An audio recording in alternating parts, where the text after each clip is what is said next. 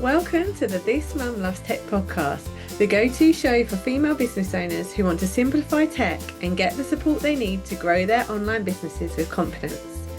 I'm Nicola Walsh, your podcast host. I'm also a mum to two cheeky boys and I love tech, so you don't have to. I'm here to share actionable tips, tools and strategies that will help you streamline your business and make the tech work for you. So whether you're watching after the kids have gone to bed or listening while on the school run, let's dive into today's episode and make tech that little bit easier.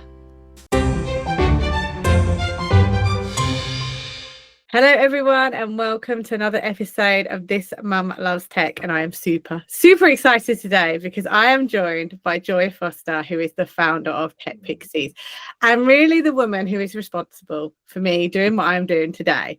So thank you so much for accepting the invitation and coming on the podcast. It is so great to have you here. Well, I think first of all, I have to say you are responsible for getting to where you are today. I just helped light the way a little bit. So I feel very grateful to be on this podcast. It's so much fun to come full circle and see someone thriving and be a part of that success. So thanks for inviting me.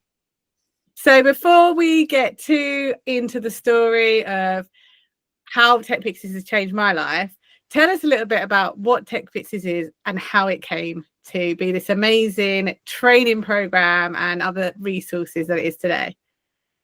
Yeah, so TechPixies has been around almost a decade. So by the time this episode comes out, we will be about exactly at the 10-year mark from when we started our very first cohort, which is really exciting to me to see that the progress that women have made over the last decade. It really came out of a need to help women gain confidence. A lot of women, less so now, but you think a decade ago, a lot of women took time out of the workforce when they had children to raise them, and this still happens now. They might have an older parent that they're looking after, or you might have gotten breast cancer or bowel cancer. I talked to someone over the weekend whose life was transformed through TechPixies, and she changed her perspective and everything changed. And she was someone who had bowel cancer and had recovered. So there's so many things that throw women off their course, and we want to get them back on course. And that's really what we do. And one of the things I found early on was that if I taught women how to use social media, their confidence would go up, because in order to go on social media, you have to take off your invisibility cloak. And for a lot of people, that's very scary. But if we can get them past that point and taking off their invisibility cloak, there's so much that's possible for them. And so that's how we started. We started teaching social media, and then we built a business course, which you're one of our coaches on. And we also have a program called Life Mastery to help people navigate all of those tricky life situations. And you've done that as well. So, there's so many ways that we can work with women, but the primary reason we got involved in anything was to help women improve their confidence, because we know that confident women do amazing things. Yeah, and I think it's so amazing what you do, because when I first came across TechPixies, which was 4 years ago now, I think it was, I was just looking for learning how to do social media, because I was in a role where I'd been kind of thrust the social media stuff, didn't really know what I was doing with it, and I was like, I really need to upskill in this. Saw a Facebook ad for TechPixies and did your boot camp that you were doing at the time, and then signed up because I loved your training style. You were very real and down to earth in how you put everything across. But it was actually while doing the course that I realized there was so much more to it. There was so much more than just how to post on social media. That's great to know. And you had all the training videos there. But what was really where the big transformation happened was my mindset. And I know that's something that you have really leaned into yourself and really upskilled in yourself over the last few years. So tell us a bit about how the mindset work is so important, why it's so important to what you do. Yeah, well, that's why I think social media is so great for women's confidence, because there's so many fears around it, and there's so many frustrations, and there's just so much that people are navigating when they use social media. They're asking themselves, do I like the way my voice sounds? Do I like the outfit that I'm wearing? Do I like the way I look in this picture? And if you're a confident person, you'll put up anything on social media. Probably, I've put up stuff in, my bathrobe with my hair tied up and other things, circles under my eyes, puffy morning face. I'm so, it doesn't bother me anymore. But so the mindset stuff was really, I got to the point where I was like, I can teach you everything I know about social media, but if you don't actually use it because you're afraid to use it, then we're not making progress. And so that's really where we introduced the mindset stuff. We did life coaching, a lot of life coaching. I found as well that when I was building my business, I struggled with I was working so much. I wanted to work. I loved working, but I couldn't stop working. And I think that happens to a lot of women who set up their own businesses. They get really excited. It becomes their baby. They work 24/7. They've already got babies. So it's like the third baby if you've got two already, which is my case. And so I had hired a life coach for myself to help me try and find some kind of balance, because I just couldn't, I was so excited about my business. I couldn't focus on pretty much anything else. And so I found it really helpful in navigating, those challenges that come up, with your partner. Why are you working so much? Why aren't you focused on the family? That life coaching really helped with that. But then we saw this really great connection between life coaching and the social media confidence stuff. We started dealing with perfectionism, imposter syndrome, compare and despair, all the things we know that come up for women as they're navigating the networks. And so we built in this life coaching specific to the networks. So imposter syndrome obviously is connected to LinkedIn, perfectionism obviously connected to Instagram, compare and despair also connected. So we found that. And then on a personal note, just I like to do stuff with my students that I've done myself. And as I was building my business, I decided that I was going to go from organically reaching people, which means just doing social media, without any paid advertising, to spending money on ads. And I had a real fear of spending money because I was afraid that I was going to lose money.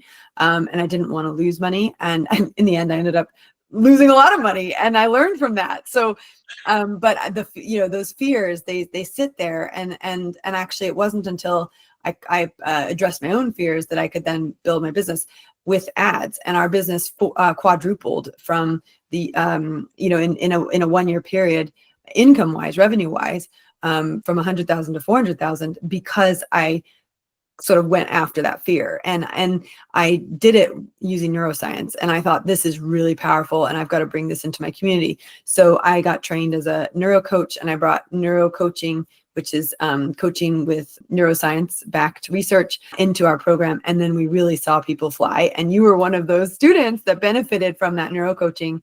It took me a year to get certified, and I had to put a lot of time and effort into it. But man, it changed the trajectory of our community, because we could help people on a neuroscience level, on a real deep level. We could reprogram the subconscious, and we started getting some pretty incredible results. So that's sort of the story on the mindset. First it was sort of light touch life coaching, and then we went deep on the neuroscience, and have had some amazing results.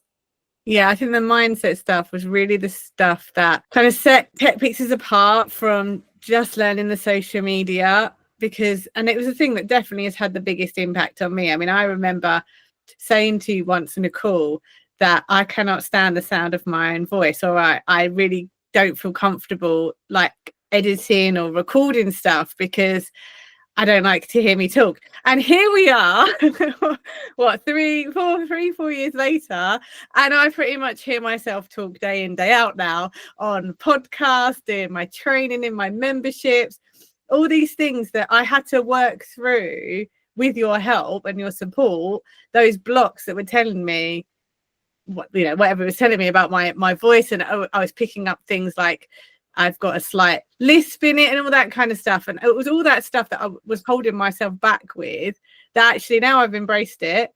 And like you said, now I've gained that confidence. Look at all the things that I'm now doing. It's a bit crazy, really. I mean, it has been, and I think I told this to you at the time, it has been scientifically proven that people don't like the sound of their voice. So, you're pretty much, if you don't like the sound of your voice, you're just like 80% of the population. And I think that's important, because if not liking the sound of your voice is the only thing stopping you from building a successful business, then we better learn how to like the sound of our voice, right? Or not care about the sound of our voice. And it's actually really interesting, because Alex Hormozi, who's in the online space and very, very successful. And he's invested in, I think about 12 businesses, and he turns over 100 million a year. His wife, Layla, she's got a really, really low voice. And she talks about how it was really hard because she would go and do a video and people would ask her, if she was trans, or, they would make fun of her voice. And it was really hard for her, but she had to just sort of put her foot down and go, no, if I help someone, then, I don't care what my voice sounds like. And so it's not just with the voice, it's everything. If you don't like the way your chin looks, you won't want to create videos. And it's all self-perception. It's all a perception that we have of ourselves. And the good news is you can change the way you think about yourself. And when you change the way you think about yourself, amazing things happen. Yeah, definitely. And maybe you could highlight a few of the kind of key things that maybe people could start doing if they're thinking, or anywhere that you could maybe direct them to if they're thinking, this is me, like this is what is stopping me from getting on to social media, is I can't stand the sound of my voice, or there's something about like getting on camera and stuff, because it really does make a difference when you can get past that. So yeah, how can people start helping themselves with that? Well, of course, they can do our social media masterclass, techpixies.com/social media masterclass. That's a starting point. But really, I think it comes down to identifying what it is that you don't like about yourself and just writing it down. Like getting it out of your head and getting on a paper is really, really powerful. One of my mentors, who's he's a child psychologist, but has done a lot of work in neuroscience. He's scanned 250,000 brains. He scanned my brain. One of the things that he talks about is asking yourself if it's true. So if you write down all the things you don't like about yourself, and then you look at it and you say, is that really true? Right? That's a really great starting point, because our mind lies to us a lot. Right? And another thing we can do, especially about the parts of ourselves that we don't love, is recognize that not loving that part of ourselves causes hurt and pain and frustration. Whereas if we start to love that part of ourselves, we can heal ourselves and we can really lean into loving ourselves. And I think that's really the first step. For me, I think one of my frustrations was after both of my children were born, I put on 10 kilos, right? And guess where it went? It went right into the middle area where I'd had those children. And I know, maybe not everyone listening has children, but I know you cater to an audience of mothers, so this might resonate with some of them. And I just, I would walk past the mirror and I would not love that part of me. And one day I reframed it and I just said, that part of me produced two beautiful babies, who now are teenagers. They're beautiful teenagers. But it's just loving the fact that my body could do that. Right. And that I was able to do that. And I know for someone who might be listening to this that didn't have a child, that might be triggering. So it's important to, think about your body and to love your body, every part of it, because it's strong and it gives you life, right? Life chose you, you get to decide what you do with it. So, for me, that was a big reframe, was reframing on that. And then as I've gotten older, so I've hit 45, and of course, for a lot of women, when they hit 45, there's a lot of changes that happen in their body. But one of the things that I, have said to myself this year is strong, not skinny, right? So I joined a weightlifting class. I do it every day at 12 o'clock. It's right in my office. I can just put it on the screen and do it along live. So there's little things that you can do. So, if there's something you don't like about yourself, the most important thing is write it down, ask yourself, is it true? Is that actually true? And then secondly, what can I do? What can I do with what I have with where I'm at to change it? But it's all about perception. It's recognizing that I have this perception of myself. And there's a great story that was written in a book called The Magic Power of Self-Image Psychology. The guy who wrote the book was a plastic surgeon, and he had a guy come into his office saying he wanted his chin redone. And when the doctor got down to it, he realized that this patient had heard his dad and mom talking about him when he was younger, saying, oh, he's got the family chin. And then in his mind, he said, oh, the family chin must be a bad thing, right? And so then he became a recluse, didn't want to go out, didn't want to date, didn't want to do anything because of the way he perceived his chin. And what the doctor who wrote the book realized was that he could change that person's chin, but if they weren't happy with themselves, they would still be unhappy after the surgery, even if the surgery went exactly to plan and they did exactly what they wanted it to do. So what he learned really early on is that he could change the way, if he could change the way someone felt about their chin, he wouldn't even have to operate on it, right? So that's something we have to think about as well, is if I feel good in and of myself, then I'll be more confident doing things otherwise. Yeah, and I think that's really important because, like you said, often we don't need to actually change anything about ourselves. It's just how we perceive ourselves, and getting it out of our heads onto paper, looking at what we're actually telling ourselves. Because often, one of the things I know is really powerful that you say is often what we say to ourselves is way worse than anyone else would ever say to us. Yeah. So, and then, but in our head, you kind of downplay it. But when you actually see it in paper, it's like, oh my God, I can't believe I'm actually saying that to myself. And that's why I think you should write it down, because if you see it and you look at it and go, would I say this to my best friend? You would say, no, I would never say it to my best friend. So why do I say it to myself? 100%. And I think it's really important to know that we are not the thought, we are the consciousness of the thought. So when you have a thought, it's not you, it's the thought. Then you consciously decide whether or not you're going to accept that thought. Right. And I think, there's a couple things that I really love in terms of affirmations that you can put into your thought process. One is every day in every way, I'm getting better and better. Right. Or every day in every way, I'm getting stronger and stronger. And then the other one that I really like is I forgive myself completely for any time when I did not love myself or others, or for any time where I withheld love from myself or others. Because when we downplay ourselves, we are not loving ourselves. So when we say I forgive myself completely for any time where I've withheld love from myself or from others, we're including ourselves in that. And that's also, it's a vibrational shift. So there's just these little things that you can say to yourself. The first thing you got to do though, is you got to notice what you're noticing, and you have to catch yourself saying them. You have to catch yourself doing them. And that's why getting it out of your head and onto paper is really helpful, because you can do something about it when it's out of your head, but it's hard to do it when it's in your head. Yeah, definitely. And often if it's just in our head, we don't even realize we're saying it.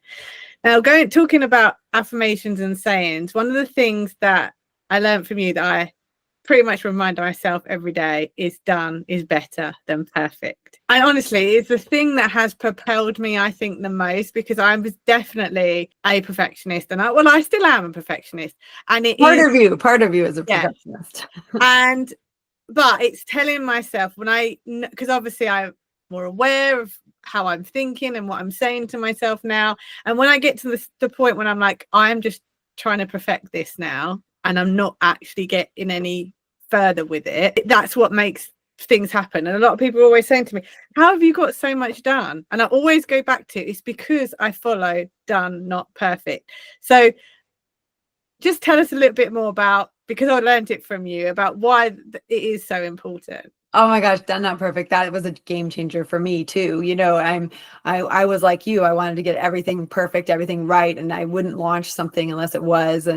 But done not perfect just means, get it done, then you can perfect it later, is pretty much how I look at it. And if you look at the course that I launched a decade ago, I mean, we obviously update it every year. We make it better every year. We're working on how we can, improve the student experience all the time. But I had to get it out there, and I never, in fact, in many ways, I don't think it's ever been done, because we always add to it and we make it better. So it's really this idea that, just take the move to get it out there, to get it done, whatever it is, because there's freedom that comes from that. There's energy that comes from that, right? It's momentum. And when you do something, that is momentum, right? And momentum's a lot better than motivation as well, by the way, right? So once you get things going, that flywheel going, it takes a while to get going, but once it's going, you're going. And I think that's it. It's all about momentum. And the people who have the most successful businesses, they are fast, and they don't let things bog them down. They'll launch something, it doesn't work. They'll launch something else, doesn't work, launch something else until they get something that does work. But if you're trying to perfect everything before you even go to market, you're going to go to market a lot less than someone who's willing to put something out there that's not perfect. You can put it out there at a cheaper price and then increase your prices later. I mean, when we started our program online, it was in person originally. When we moved it online, it was 167 pounds to do online. Well, now it's 1,997 pounds, right? But the done not perfect version of our course was literally 167 pounds, and I sold it to one person, and she ended up being a coach for us. But she was so funny because she would email me every week and go, are you going to release the next module? Because I'm waiting for it, and so I had someone I had to launch it to, right? And that was the best thing ever, because I had to get it done for somebody else. So, and then if no one had bought it, I wouldn't have had to build it. So there you go. So I think done not perfect is huge, and I think we should all be doing that. Henry David Thoreau has a quote where he says, as one advances confidently in the direction of their dream, endeavoring to live a life they have imagined, that endeavoring is effectively done not perfect, right? And it's way better to say I'm endeavoring at something than I'm trying to do something, because an endeavor is really, it's I'm going on a journey here, and you're going to be better off, getting it out there than you are holding on to it as this like secret that nobody knows about. Exactly. And I think a lot of people forget, or they don't realize or remember that the online world, you can change things. You're not stuck. It's not like you have got like something that's printed, or a sign up on a wall that is going to cost you thousands to get changed again, that you have to decide this is the thing that's going to stay there forever. No, the digital world, you can keep changing it. I mean, I've got new stuff that I'm constantly going in and tweaking little bits, or if someone's giving me some feedback, and like you said, the whole done not perfect thing, you will constantly be making changes, especially if it's anything to do with the online world, because it is constantly changing. A new update will happen on a platform. You'll just get one module recorded and then something new will roll out and you're like, oh my God, I've got to go and re-record that again. So, if you do wait for that perfection, you will never, like you said, never get it out there, because it will never be done, because the online world is never done. Yeah. And I think that's just it. Even when you get it out there, it's not done. Right? Like just before I came on this call, I was on the call with my tech and funnel integrator, and I was like, something's broken in this funnel. We haven't made a sale in 3 months, but we were making sales beforehand. So something's happened. Your job is to go figure out what, right? So, but if the funnel's not out there, it can't break, right? So, but then we also can't serve people if it's broken. So, it's really important to think about that. There's a American baseball player named Babe Ruth, who was quite famous back in the day, one of the sort of early days of baseball. And the year he had the most home runs, which is like a century in cricket, the year he had the most home runs was the year he struck out the most. So, when you're in the game, that's what matters, right? If you're not even in the game, you can't measure what's not done, right? You can't improve what's not measured. It's that idea that you can't make it better if it's not out there. So yeah, definitely done not perfect. Huge mindset shift for a lot of people who sort of tend to procrastinate, not get it out there. Yeah. And the other thing I think that I learned from you as well was changing the meaning of the word fail. You changed, I can't remember exactly what the different. For all I have learned. That's it. For all I learned. And that didn't come from me. That came from our very first, well, you probably heard it from me, but it came from our very first life coach who helped me build the life coaching curriculum. And she said, and she was coaching me. And, I was talking about my failures, and she was like, well, fail means for all I learned. And it's so important that when you fail, you want to fail fast, and you want to learn fast, and then you want to be able to reiterate fast and not just let it drag on and on and on. So take the learnings and improve, right? Yeah, because I think so many people are worried about the failure, that they don't go and do the thing. But actually, if you take it that everything you do is just a learning for the next thing you do, then you never do really fail. Yeah. And there's two types of failures on that note. There's failure of success and failure of fear of success and fear of failure. You do not have fear of failure if you are trying new things, if you are doing new things. A lot of people will think, oh, I've got fear of failure. You don't. You have fear of success. And there'll be something else that's holding you back from being successful. Even though you're trying new things, nothing's sticking, nothing's working. That can be very much a fear of success. Fear of failure is when you're not even starting, right? You're stuck in perfectionism mode, and you can't even launch the thing, right? So we want to be really clear, because a lot of people think they've got fear of failure when it's actually fear of success, and we want to make sure people know the difference so that they have the right thing to focus on. Yeah, and I think just from having this conversation, we've highlighted how important all this mindset stuff is, not just for the social media, but for running a business in general, because there are so many things, there's so many ways that our mind can put blocks up for us, can stop us. And that was what was so powerful for me, is that I was learning the skills and the mindset stuff. So every time I learned something new, or I came up against something and I had a block, because you will, there's no saying if, it's like when. But having then the tools to actually break through that, and then it meant you could keep going with the learning as well. And I think that is definitely something that is so powerful about TechPixies.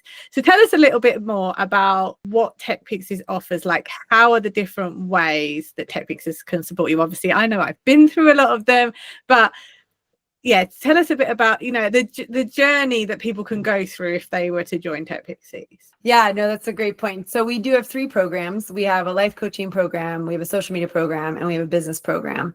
And our life mastery program, which is really helping you to figure out what you want to do. Like, a lot of people don't know what they want to do. They might have a new lease on life. They might be in remission from cancer. Their children might have gone to school and now they've got time back.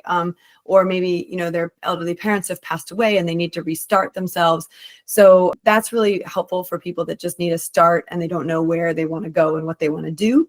And then we also find it's very helpful for people who are stuck. So people who don't know where to start and people who are really stuck and they can't make progress.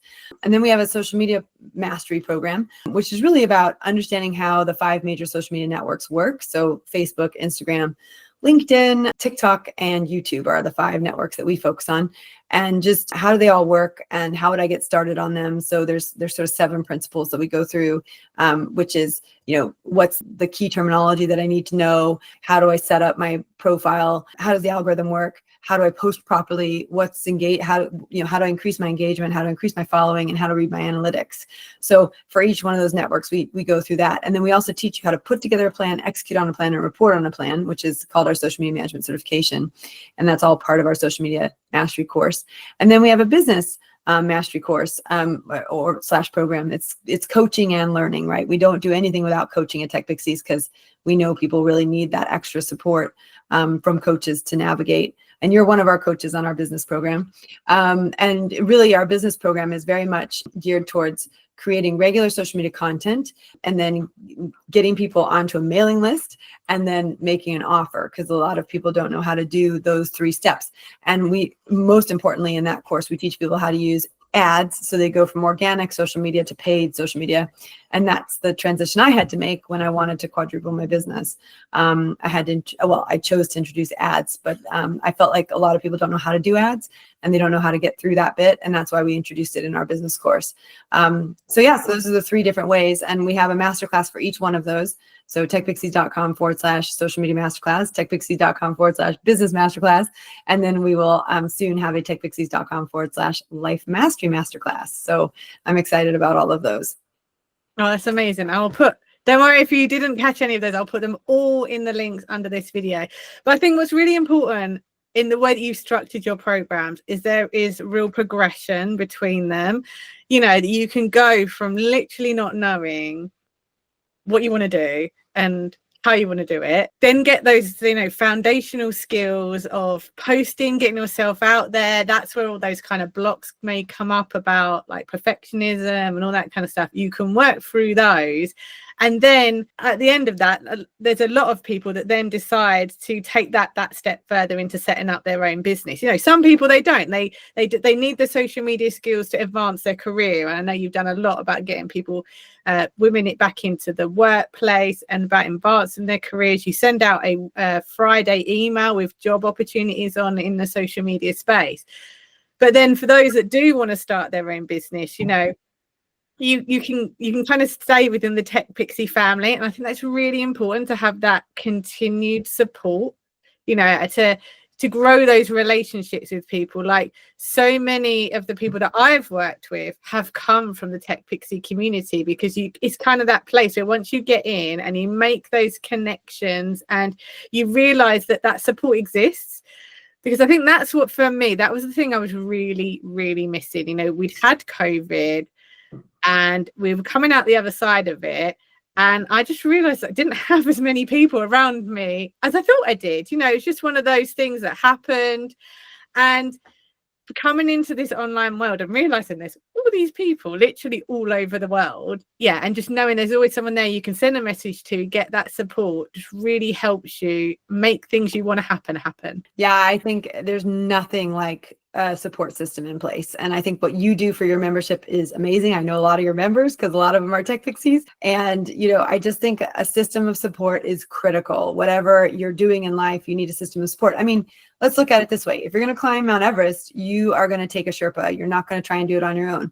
If you're going to try and go for the Olympics, you're not going to not have a coach. You're going to have a coach, right? So I don't understand why people don't want to have business coaches or social media coaches or life coaches, right? Because if you want to excel and succeed and have an outstanding impact, you need to surround yourself with people who are 5 steps ahead of you so you can learn from them, because it's critical. You know, I just don't know how I would have done the last decade without support. In fact, I know the previous decade when I was working on stuff, I made no progress whatsoever. It wasn't until I started investing in myself and I started showing up and learning from the coaches and applying what I learned that I got results. And I just think, you know, I'm a big fan, I'm a lifelong fan of having coaches for things, you know, whether it's your marriage, whether it's your parenting, whether it's your, you know, business. Having a guide is huge because they can show you what they did and they can tell you where not to, you know, they can help you avoid the big mistakes. And I've certainly benefited from that a lot. In fact, every time I hear a woman say she's burnt out, I sort of feel like, you know, in a career, because I have a podcast as well called Career Interrupted, and I've interviewed a lot of women, and one of the number one things that causes someone to interrupt their career is burnout. And I think I don't know what that feels like, because I learned early on that a lot of entrepreneurs burn out. And I learned early on how to protect myself from burnout. You know, so I go for 1 to 2 walks a day, which are an hour long with our dog, you know, maybe 45 minutes at the least. And now I'm running with her, so it's like a half an hour, but I'm outside every day 1 to 2 hours. That's one of the things I do. I've got a morning routine. I've got an evening routine. I have a shutting off my computer routine so that I can really stop working. Very rarely does the computer come into the other room. It used to be in the kitchen all the time. And I now have an office. It sits on a desk. It doesn't get moved as much as it used to.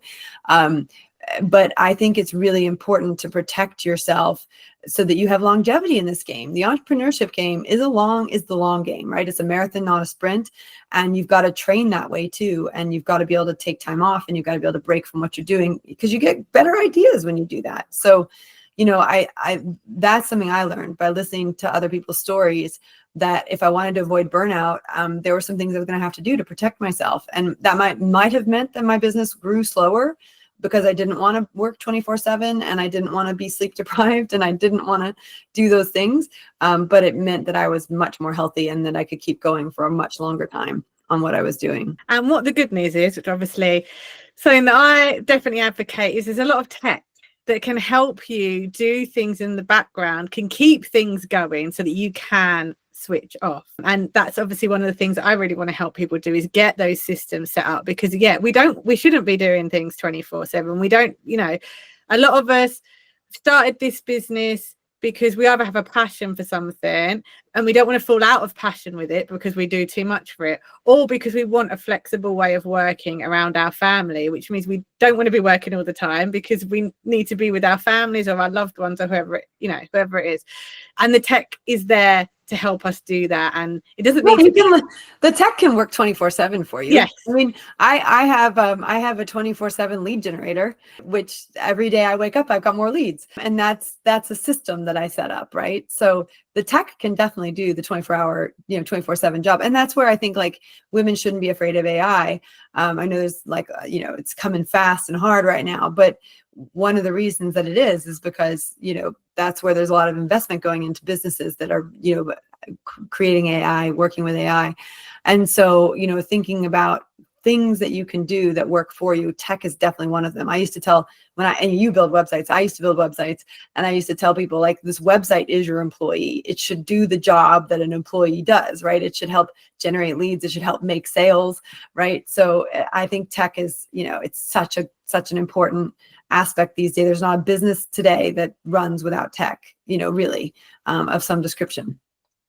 Definitely. So as you're on the This Mum Loves Tech podcast, I have to ask you, what would be your favorite tech tool? Maybe if you can't name just one, is there a couple that your business could not run without? Oh man, there's so many tech things that I'm doing. I use so many of them. Well, I think, I mean, the easy one to say is like AI, right? Chat GPT, Claude, like they do make your life a lot easier. I think you have to interact with it. You can't, you don't want to get dumber, meaning you don't want to outsource everything to it. You want to actually interact with it. But I definitely, I just brought on 2 new people as contractors, and I needed to write job descriptions for them. And I wanted those job descriptions tied to revenue so that people understand, like, if you're doing your job, we should be increasing revenue. If you're not doing your job, we won't be. And so I had a conversation with ChatGPT, and it created really nice job descriptions for me. And then I went to the team and I said, I made some tweaks and changes to them because I wanted to make sure that I was 100% on board with them, and then talked to my team about them. They were happy with the job descriptions. So now we've got like really nice KPIs that are tied in. But interestingly enough, if I were to go backwards on that step, how did I know to create job descriptions? How did I know to tie those job descriptions into revenue? I read a lot of books, and I listen to them on Audible. I don't actually read them. I get made fun of very much by my family because I always say, oh, I read a book every week. And they're like, you don't read a book, you listen to a book. Well, it's going in, right? and in neuroscience, what we know is if you're moving and you're learning, you'll solidify that knowledge much better. So you're much better off, instead of sitting in a chair reading a book, you're much better off going for a walk listening to a book. Right? Because your brain, because you're moving, it's gonna take it in much more. So so I do all my runs, all my walks, not all, like one of my 2 walks a day I'll do without headphones and without a podcast or without anything. But I would say then actually probably, if I'm being really honest, one of the ones that really changed my life was Audible. I heard a guy at a conference that I was at. I was on the same panel as him, and this person said, what are your top 10 books, and and what would you recommend? And this guy was like, well, I don't read books, I listen to them. And he goes, and I can get through so many more that way. And that is just so true for me too. So I have to argue that, as great as ChatGPT is, I wouldn't have known what I was trying to create in ChatGPT if I hadn't listened to a book called, I think it's called The Great Game of Business, which helped me to rework my job descriptions, right? So I think Audible would be my number one technology. And in fact, on a coaching call today, we were talking Mindset Monday, we were talking about, people said, what about all those boring things you have to do, like laundry and, the dishwasher and, all those things? Well, I don't think they're boring at all, because I'm always listening to something that's going to help me advance, always. So, if I'm cooking dinner, I'm probably listening to a book. If I'm doing the laundry, I'm probably listening to a book. If I'm commuting an hour or 2 to London, I'm probably listening to a book, and I find that really, really helps me to learn and grow. And, if you're not learning, you're dying. And I think that's really important to focus on, is always be learning.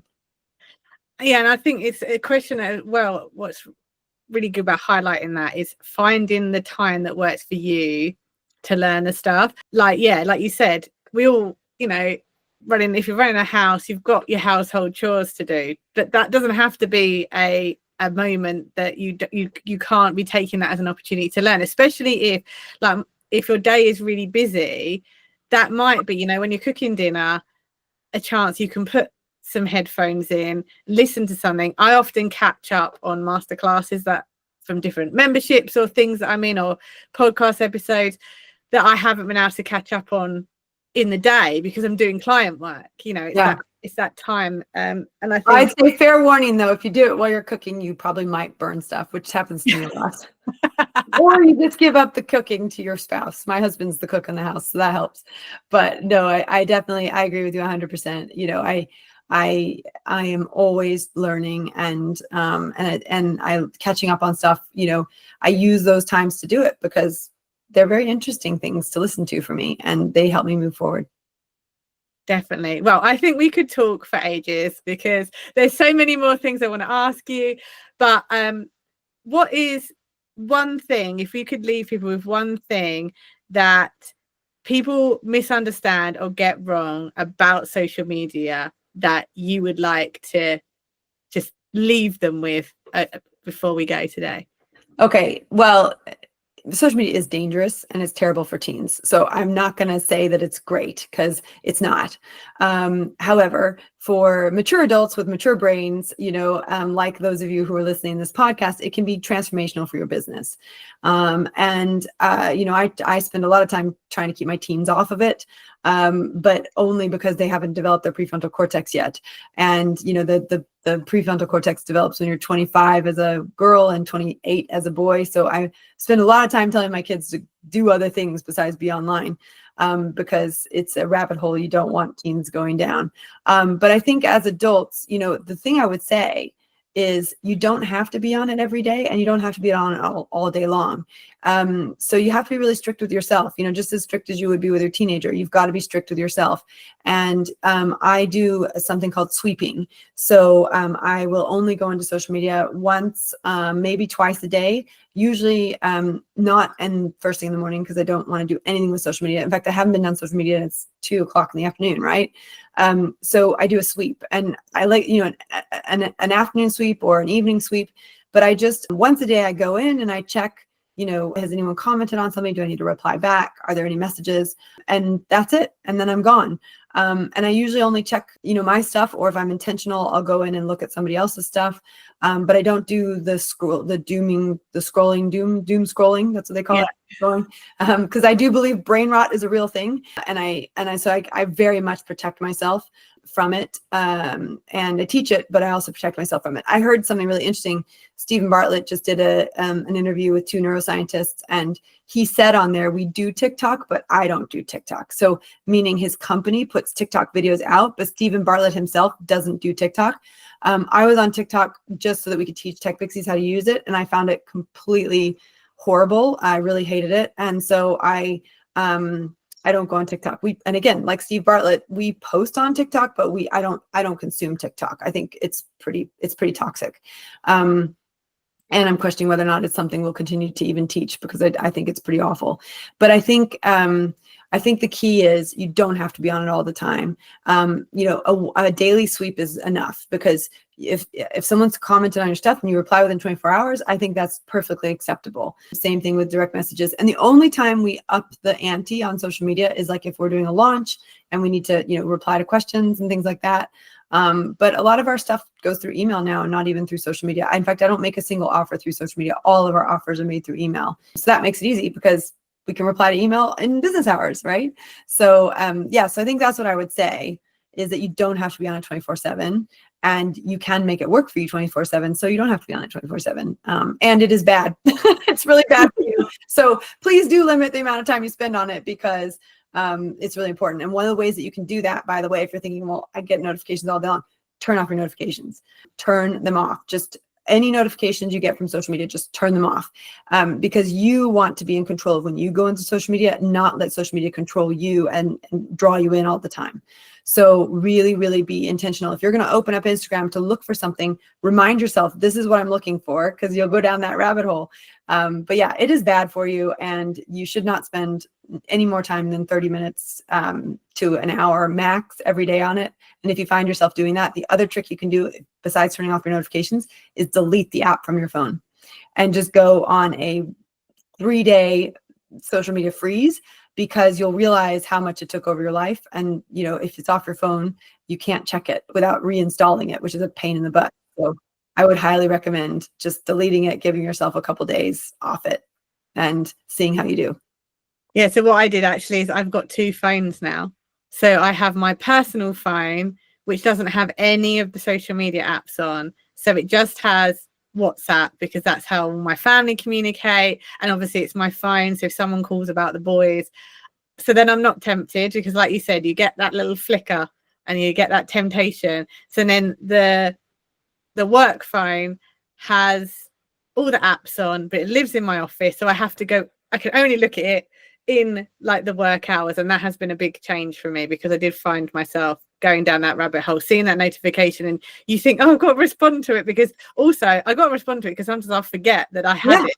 Whereas if you dedicate that solid time of, I'm going to go in and look at it now, you can respond to everything that's there, and then you can put it away. Yeah, and that's where the sweeping is really helpful. And I just read an article about some female entrepreneurs talking about how they manage it. One gal has a lockbox at home.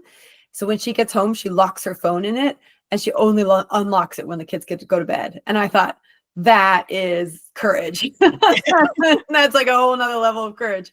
But you can see what your phone will tell you how much time you're spending on things. And it's just like anything, if you do too much of something, it's going to hurt you, right?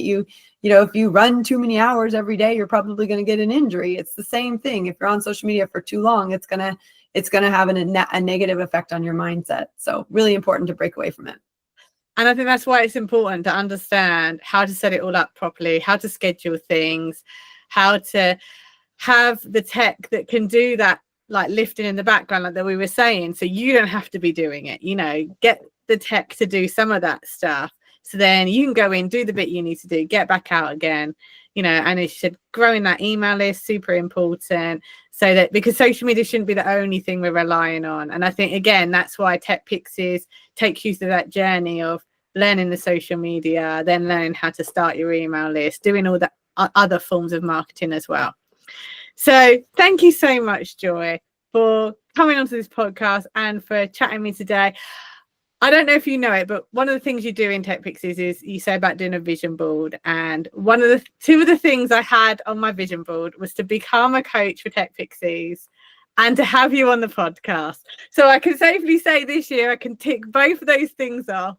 Yeah. So and really, it has been transformational for me being in TechPixies, starting this journey and continuing, being part of the TechPixie community for the last 4 years. I would not be where I am today. So if you are thinking, I want to, do something else with my life, I want to learn social media, I want to start a business, you cannot go wrong with going to TechPixies, contacting Joy and being part of the community.